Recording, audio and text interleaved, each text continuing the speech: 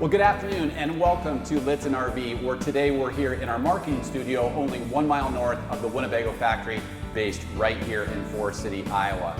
In today's video, we're going to cover all of the Winnebago Quality Advantages, some of those can't-sees or the no-sees behind the scenes of the quality of Winnebago Industries.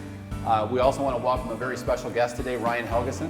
Ryan is our district manager at Winnebago Industries, and he's going to be taking us through those quality advantages from Winnebago Industries as we go through this, a Winnebago adventure that we have here in our studio today to touch on all of those quality advantages from Winnebago Industries. We call this a one-piece laminate block foam roof because there's so much more to it.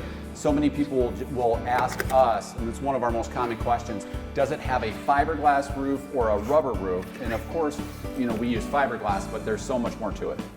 There is. We've been using fiberglass for, like I said, longer than I've been working at Winnebago, for a long time. So I always, you know, when I'm doing training and talking to customers, I always say, you know, if you look at all these motorhomes out there, we all have fiberglass in the sidewalls, fiberglass in the rear caps, front caps. Why doesn't everybody use it on the roof? Well, simply put, it's a place to hide cost, right? So we're using a fiberglass roof that is designed to be mounted on top of the coach, where it's going to get a lot of exposure to the elements as well as the sun. All right, so this is an example of what we have right here. This is a side cutout of an actual roof, sidewall, floor, the works. All right, you're going to notice that the one-piece roof that goes side to side, front to back, which is, like I mentioned, one piece, is going to actually curve around the side of the motorhome and tuck into a channel that is designed specifically for the roof skin material to go into the sidewall there, right? This is our water runoff. So our radius roof that we have has water runoff on both sides, so it's crowned in the middle, but same thickness all the way through, left to right, side to side of the coach. Well, the important thing about that is the roof has some flexation into it. So we call it flexi roof. The roof actually is designed to be able to do this because it is supported, as you can see here, with the structure that we already have in there for the interlocking mechanism there. But it's designed to go down here and not have to create memory, so it's not going to want to pop out of there.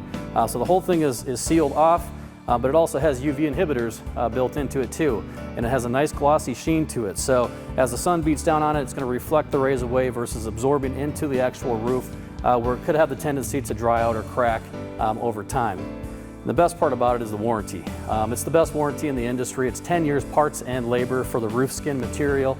The labor one's where it's going to get you the most benefit there. Many other roof warranties, whether it's TPO or PVC or rubber, may have a better warranty for the parts, but they're not going to cover the labor for the full 10 years. And then that's actually where the cost intensity is in the labor, because obviously the materials are not that high. With respect to the laminate block foam, and when we talk about the structure, one common question we get is, can people walk up there? Yeah, you can walk. We obviously, we're not going to recommend you going up there because it is a slippery surface, but you can go up, you can walk. We do have structural parts that do tie in from side to side, basically to give you that structural integrity in the roof, not just in the sidewalls or the front end, but you do have crossbars going across that are steel to also give you that added strength to the roof itself. So yeah, you could walk across, you know, obviously for maintenance or checking seams and seals and things like that, adhesives, you definitely can do so, but we don't recommend obviously going up there and camping out because of the safety concern. But you've seen it. But we've seen it. With respect to the laminate block foam, how specific is it to the model in the floor plan? I mean, it's really not just one big sheet that is later then cut out. I mean, there's precision laser. Correct, yeah. CNC cutters.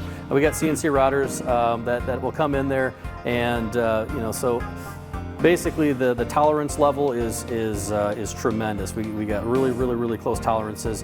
We have a computer router that goes in there and cuts out the channels for the plenum systems, for the air duct runs, I should say, excuse me. Versus somebody standing there with a router and cutting that stuff out. We've got a drill bit that spins extremely fast and actually will help create a smoother surface for those plenums, so you have better airflow going through your air conditioning, as an example of that. But tolerance levels, much like we have the steel laser cutters for the steel components of a coach, when we're talking the block foam for the roofs and sidewalls, we're using a CNC router versus relying on somebody with a hand drill or a router. What do you see competing manufacturers using for their roofs? A lot of them are using PVC, TPO, or rubber. You know, rubber I would consider probably at the bottom of the list, mainly because it's very high maintenance. It tends to dry out. It'll chalk on you, so it'll leave a lot of staining and stuff down the sidewalls of your coaches. And we feel with the fiberglass material, you don't have a lot of that chalking and that staining going on with your roof, and then you have the longevity of it. It's pretty easy to repair if you actually do damage it. Is one of the benefits with it, but overall, it's some very durable stuff. And then underneath the membrane, I know we've actually seen some competing RV manufacturers that are still using bat stuffing, so to speak, almost bat foam insulation. Yep. A lot of them will use, like you see, the bat and pink insulation, the Pink Panther material, so to speak. You have seen some competitors using that. We're using a high dense polystyrene for the most part that doesn't need to be as thick in terms of sidewalls. You get more space inside for floor plan usability, you know, density-wise, it's like I mentioned, it's a very dense material and does a great job in terms of insulating as well as sound deadening. And so that's really what provides that structure as you walk across there, where it doesn't feel soft as you're walking across that roof.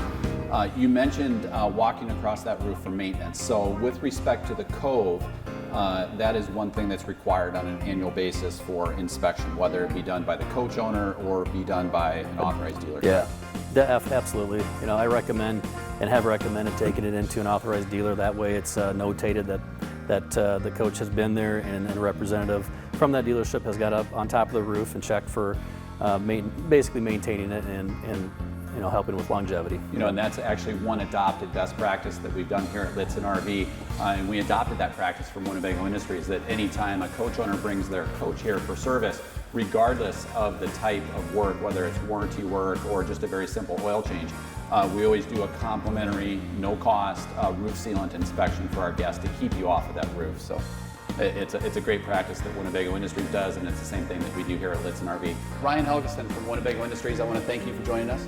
Thank you, Ron. At Lichtsinn RV here in our marketing studio, only 1 mile north of the Winnebago Factory, based right here in Forest City, Iowa.